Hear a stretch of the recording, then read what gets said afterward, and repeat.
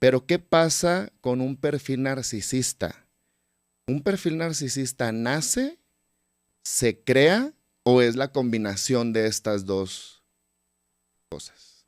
Mira, hay una gran confusión entre que se piensa que el narcisista tiene como una gran autoestima.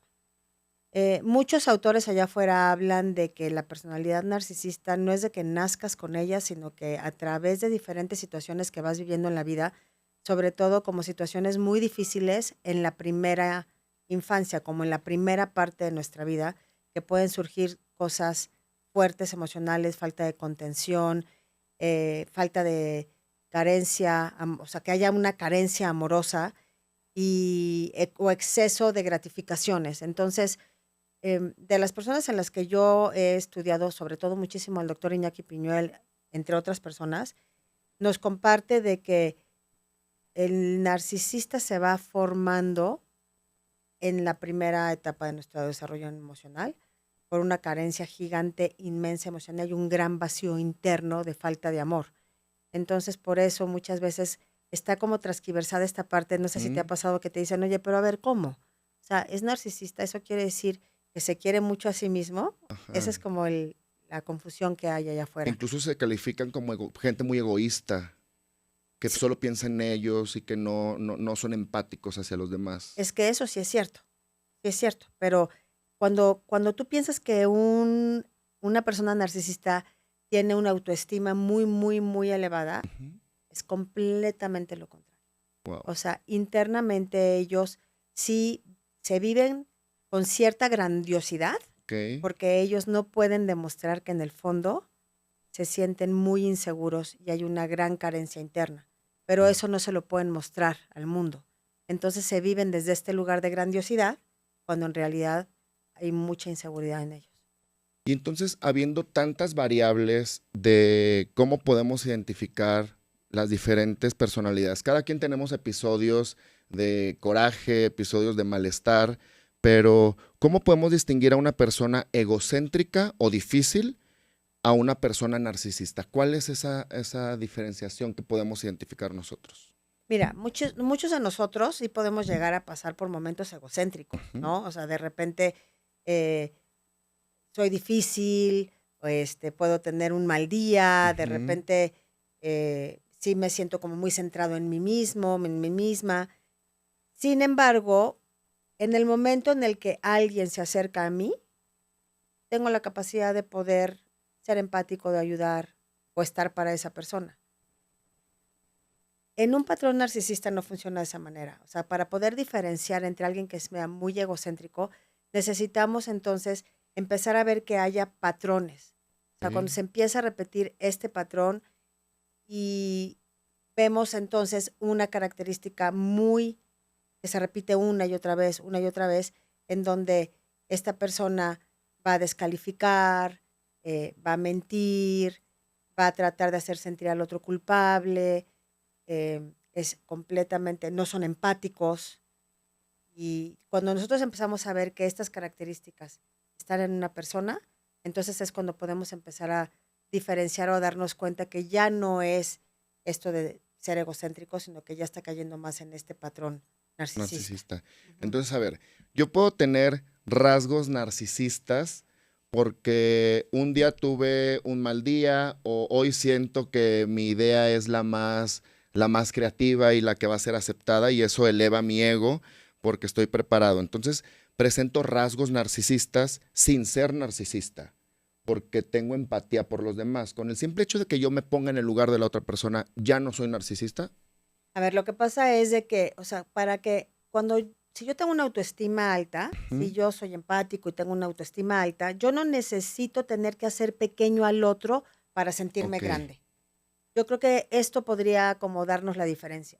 O sea, una persona que tiene una autoestima alta, entonces va a poder ser empático, va a poder ayudar al otro, va a poder sentirse bien con uno mismo y no tiene que estarse buscando en el otro. El narcisista se busca mucho en el otro, busca llenarse a través de todo el mundo, a la gente que lo rodea. El narcisista, hay una doctora que dice que el narcisista se crea un personaje Ok. porque realmente él realmente no sabe quién es, entonces va y formula un personaje en base a lo que va viendo allá afuera. Entonces actúa conforme a ese personaje. Ok. No sé si te contesté la pregunta, no sé Sí, si fue sí, sí, clara. claro que sí. ¿Y cuáles son las primeras señales en las que yo puedo, a ver, porque estamos de acuerdo que las fases de un narcisista es primero el carisma, el enamoramiento de la persona, el caerte bien, el que ser amable. Te pueden adular mucho, son muy buenos para adular, Y, sobre todo, por ejemplo, en el ambiente laboral llega un colaborador y de repente pueden decirle, no, qué bárbaro, es que eres el mejor, eres buenísimo, es que eres justo lo que yo necesito para mi puesto, como que adulan mucho, van a engrandecer las características de la persona, van a confiar en ellos. Entonces, en un principio, el narcisista es muy encantador, de verdad es muy encantador. O claro, sea, y a mí me gusta como trabajador, pues que me estén diciendo y reconociendo que hago mi trabajo bien. ajá. ¿Cómo, en qué momento ya empieza a distorsionarse o esa parte o esa etapa en donde el narcisista ya logró cautivarme? Hay una parte en donde se empieza a distorsionar, porque lo que pasa es que todo narcisista lo que hace al principio, y esto sucede tanto en la parte de relación, de pareja, por Pareja, ejemplo, familiar. familiar, o también en laboral, primero llega y entonces necesita como mostrar esta cara, ¿no? De Ujú. que es encantador, de que le gusta mucho lo que haces, él aprende, te escucha y a través de lo que tú estás hablando aprende mucho de ti. Esto pasa como en lo personal. Ok. Aprende mucho de ti. Entonces como que para las antenas y dice, ah, ok, entonces ella es así, él es así. Y empieza a escuchar y escuchar y escuchar. Y empieza a formarse este personaje conforme a lo que tú eres. Entonces evidentemente te va a dar mucho por tu lado. Te va a decir, ay, sí, a mí me encanta eso que haces. Habla mucho acerca de, sí, claro, es que yo siempre he estado buscando personas como tú. Hablan muchísimo acerca de esta relación del alma gemela por toda la vida. Eso es en la Claro. parte como personal y familiar. Y en la parte laboral, llegan, se presentan ante el grupo y son estos líderes que quieren sacar adelante el equipo, que tienen buenas ideas, que quieren llevar al equipo a lugares a donde no ha llegado antes, a resultados, metas.